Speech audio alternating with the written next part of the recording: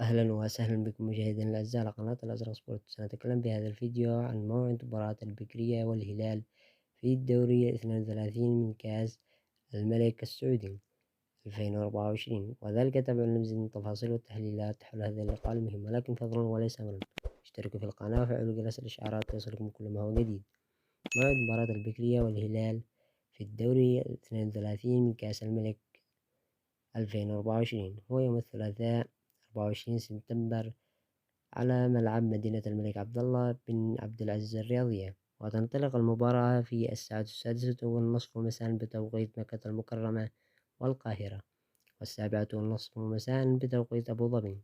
أما القنوات الناقلة للمباراة البكرية والهلال وكيف تتابعها عبر الإنترنت: تمتلك قنوات اس حقوق بث مباريات كأس الملك السعودي، لذلك سوف تبث مباراة البكرية والهلال على شاشاتها. يمكنكم أيضا المشاهدة عبر الإنترنت من خلال شاهد.